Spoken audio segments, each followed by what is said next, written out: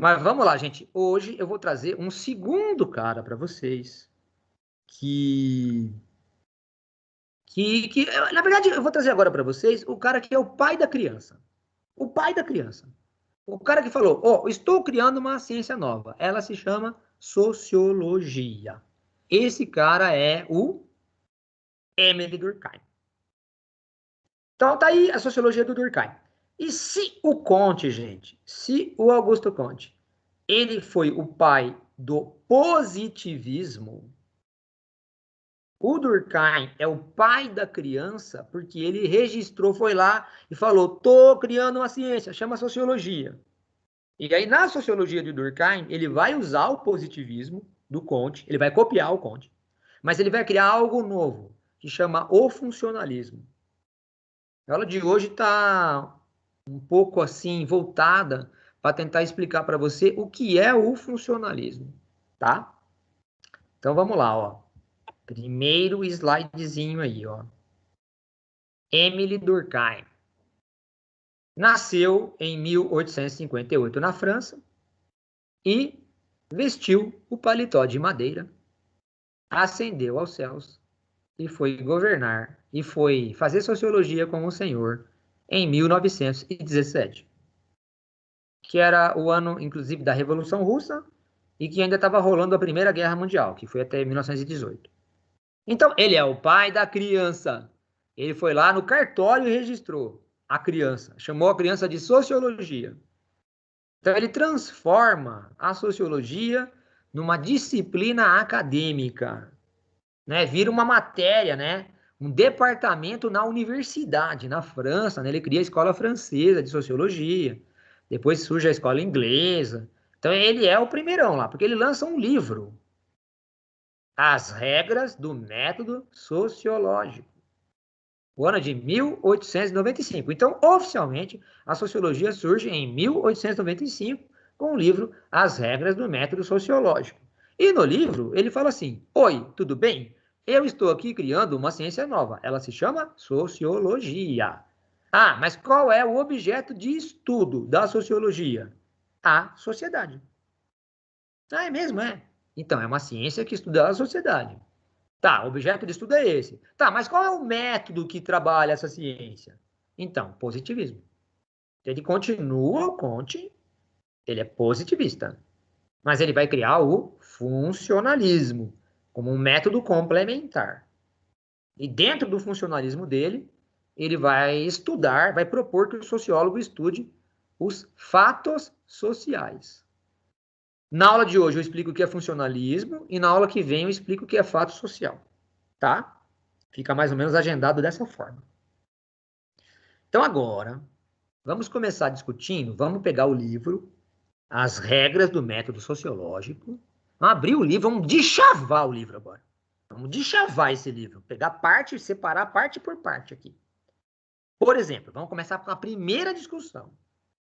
Um dia, nesse planeta Terra, não tinha sociedade humana. De repente, uns malucos resolveram criar a sociedade. Lá na pré-história. Andava todo mundo sozinho, todo mundo, né, perambulando. De repente, pá, os caras criaram a sociedade. E eu quero perguntar para vocês agora, por qual razão e circunstância que os malucos lá da pré-história criaram essa porra de sociedade? Alguém tem um chute, um comentário para me falar aí agora? Por que criaram a sociedade? Fala aí. Professor, pelo que eu sei que é pouco, é que surgiu a agricultura e a gente começou a ficar no mesmo lugar e dividir o trabalho, tudo mais, que ajudava bastante na proteção e na prosperidade geral de todo mundo. Ó, Henrique, você falou só coisa certa, mas só tem um deslize no que você falou, eu preciso dizer que você tem um deslize. Você falou da agricultura. A agricultura, meu caro, tem 12 mil anos. A escrita tem 6 mil. A agricultura tem a Revolução Neolítica, né? Mas a sociedade é muito mais antiga que isso. Né? Isso eu não sabia. A agricultura tem 12 mil anos, que é o Neolítico. Mas no Paleolítico, cara, já tinha pintura rupestre, né? Dizem que a revolução cognitiva a revolução do cérebro humano tem pelo menos 70 mil anos, né? O Homo sapiens tem 200 mil anos. Então, mas você falou tudo certo, Henrique. Só faltava esse comentáriozinho para eu pontuar você sobre a agricultura, que ela é mais recente. Então, já tinha sociedade. É claro que com a agricultura, né, Henrique? Com a agricultura, a sociedade ficou muito mais complexa. Muito mais mesmo, né? O Ivan falou algo bem legal. Juntos somos mais fortes. Muito verdade isso. O Leonardo falou proteção. É claro, eu estou andando sozinho por aí. Se eu ando com os parça do meu lado, vai ficar mais protegido. Muito bem, o Caio está comentando que na época anterior à agricultura, na época das cavernas, vamos dizer assim, né? Na Pedra Lascada, né? No Paleolítico, já tinha sociedade. Então tá, ó. Vocês acertaram. Vocês colocaram corretamente tudo. É uma vantagem. Andar sozinho é uma coisa, andar em grupo, em bando, traz vantagem. Traz desvantagens também. Sempre tem a Carol Conká do grupo, entendeu? Sempre tem o Fiuk chorando. Sempre tem, né? Gilberto, sempre tem tudo, todo esse pessoal. Mas, olha só, na soma do que é ruim com o que é bom, o saldo é positivo. É mais vantagem você viver em sociedade do que não. Beleza. Então, você vai dividindo o trabalho e a soma dos trabalhos individuais gera um todo que é bom para todo mundo, né? Então, a divisão do trabalho, ela gera uma riqueza, entendeu? Gera uma prosperidade. Já diria até no século XVIII, né? No século XVIII, já diria o Adam Smith, né? Que a divisão social do trabalho é que aumenta a riqueza. Isso é válido, inclusive, desde a pré-história, desde o início da sociedade. Muito bem, muito bem. Então, se isto ficou claro para todo mundo, o Durkheim falou tudo isso que vocês falaram, que eu falei. Só que ele condensou, sabe? Condensou todos esses comentários em um conceito. Em um conceito. Ele criou um conceito. Chama-se solidariedade social. Vou repetir. Tudo que justifica o ser humano se juntar em sociedade está justificado num conceito lá no livro do Durkheim. Solidariedade. Solidariedade social. Esse é o conceito. Que é tipo a cola, o cimento, o amálgama que amarra as pessoas para elas viverem em sociedade. Solidariedade. Eu até acho um termo bem ruim que parece uma coisa meio brega, né? Uma coisa meio cafona, uma coisa meio, sei lá, de dó das pessoas. Ah, solidariedade. Não, é um conceito, né? É um conceito do Durkheim. Deixa eu mostrar aqui para você. Vamos lá. Tá aí, ó. Que une as pessoas, a solidariedade social. Eu acho mais legal a cola social, né, Leonardo? A cola social. Ou acho melhor o cimento social. Cimento social. Eu estava lendo um livro outro dia que fala que o mar Mediterrâneo era um cimento líquido. Que as pessoas, era a autoestrada dos romanos, dos gregos. Era o cimento líquido. Achei tão bonito esse cimento líquido. Né? Como se fosse uma autoestrada dos romanos, dos gregos, o mar Mediterrâneo. Né? Então, acho que poderia ser, em vez de solidariedade social, seria o cimento social. Agora, o Durkheim, ele fala assim, que na história humana, não foi sempre a mesma solidariedade social que existiu. Tem etapas. Etapas. Tem uma solidariedade mais antiga e um outro tipo de solidariedade mais recente. Por exemplo, ele acha que inicialmente, ele chama de solidariedade mecânica das sociedades mais simples, mais simplórias. Essas sociedades mais simples, mais simplórias, inclusive, têm menos divisão do trabalho, menor divisão do trabalho. Claro que são poucas as coisas que eles fazem, né? O que eles fazem? Eles caçam, eles tecem as suas roupas, Eles coletam frutas e raízes, não é? É mais ou menos por aí que são as atividades principais, né? Cozinhar, cuidar das crianças, essas coisas assim. Então, há poucas atividades a serem feitas, então você tem uma pouca divisão do trabalho. Então, a solidariedade mecânica é aquela de uma sociedade simples, com pouca divisão do trabalho, e aí tem uma vantagem, inclusive, que é a pouca dependência entre as pessoas também.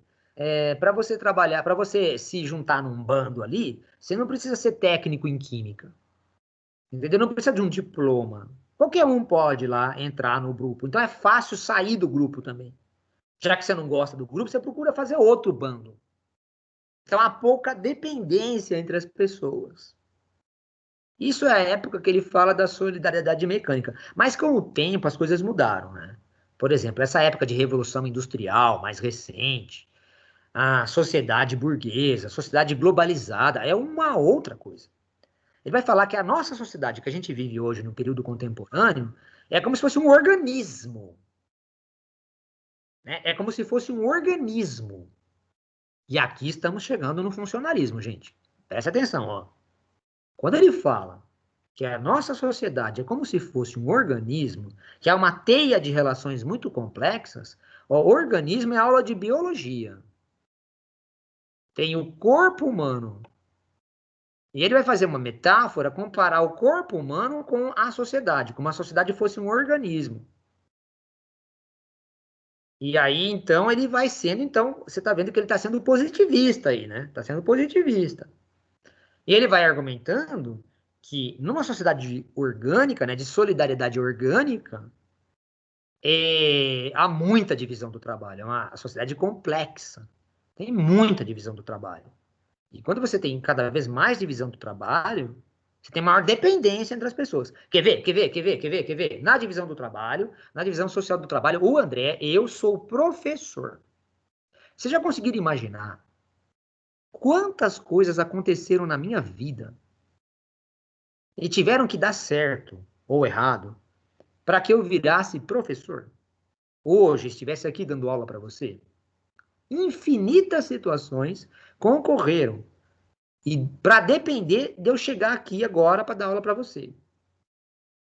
Então, assim, a alta dependência que a gente tem dos outros é muito grande numa sociedade como a nossa. Agora pensa bem, eu dependo de muita coisa, inclusive de ter pago a internet no mês passado. Porque se não tivesse internet aqui, como que eu ia dar essa aula aqui online, né? Então até isso concorreu. Eu dependi de uma empresa que instalasse a internet aqui, eu ter pago. Bom, para ter pago, eu tenho que ter recebido o meu salário. Olha quantas coisas vão se dependendo assim uma das outras. É uma interdependência mútua. Mas vocês sabem que eu sou professor, né? E a coisa que eu mais dependo é o quê? Qual que é a coisa que eu mais dependo? Os alunos? É, sem você, pensa bem, sem você, eu não sou ninguém. Sem você, eu choro, entendeu? Não me deixa de jeito nenhum sozinho. Sem você, eu não sou ninguém. Mas vou te contar uma coisa. Você sabia que você é aluno? Na divisão social do trabalho, você é aluno. É? E se você é aluno, sabe de quem você depende? De Dos mim. professores. Camila. Você depende de mim. Sem eu, você não vai ser aluno. Então, há uma interdependência. Não, Everton. A solidariedade social é a cola que os mantém, não é? Mantém as pessoas unidas em sociedade. E, de fato, é assim. Quanto maior a dependência entre as pessoas, mais unida fica a sociedade. É isso, então, Everton. Quanto maior a divisão do trabalho, maior a dependência entre as pessoas e mais a sociedade se une e se cola. É isso, Everton, acho que sim.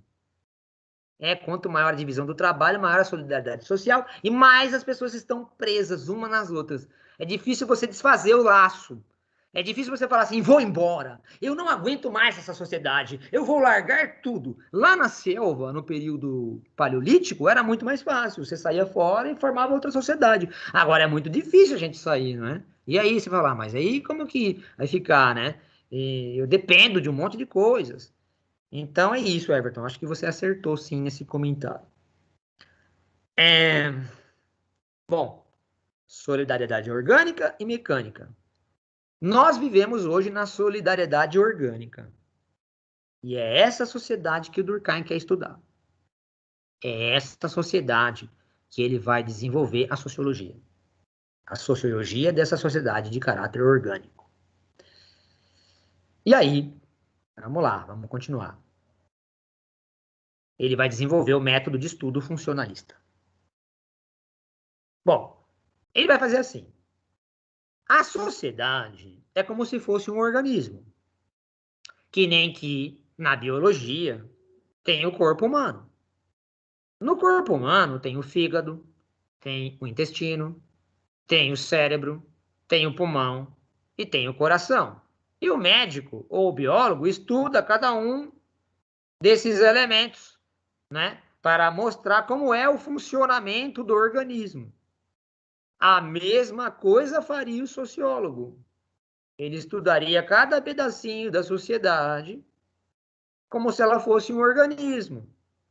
Então, ao invés do coração e do pulmão, você vai ter a igreja, você vai ter o Estado, você vai ter a família, você vai ter a escola.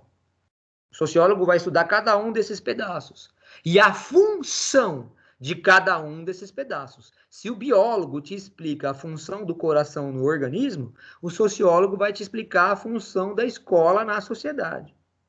Inclusive, se a escola está funcionando direito e se a sociedade está na saúde. Ou se a escola está funcionando mal e a escola está na doença, a sociedade está na doença. E qual seria o remédio? Igualzinho o médico. Igualzinho. Porque aí o sociólogo seria o médico da sociedade. Professor, então a sociedade é que nem um corpo humano de biologia, com a diferença de que cada célula tem uma consciência própria, livre-arbítrio. Ele não vai dizer, ele não vai falar disso, não, porque a consciência para ele é coletiva, não é individual. Ah, que interessante. Entendeu? Ele falou assim: se você, Henrique, tiver um problema pessoal, psicológico, pessoal seu, você não tem que conversar com nenhum sociólogo, não é problema do Durkheim, você tem que procurar um psicólogo. Entendeu? E o psicólogo é o cara que trata o indivíduo. Porque o sociólogo trata o coletivo. E há uma consciência coletiva. Na Rússia é a vodka que resolve o problema individual. Tá bom, Everton, muito bom. Então ele fala muito claramente: o indivíduo não tem papel quase nenhum. Porque a sociedade, ela tem uma consciência coletiva que faz o indivíduo agir de uma determinada maneira. Bom, se a pessoa tem um problema de inserção, não entende seu papel na sociedade, ela tem que procurar o psicólogo, para que o psicólogo tente fazer a pessoa entender, né, qual é o papel dela na sociedade. Então, por isso que, inclusive, a gente diz que na sociologia do Durkheim, a sociedade é maior que o indivíduo.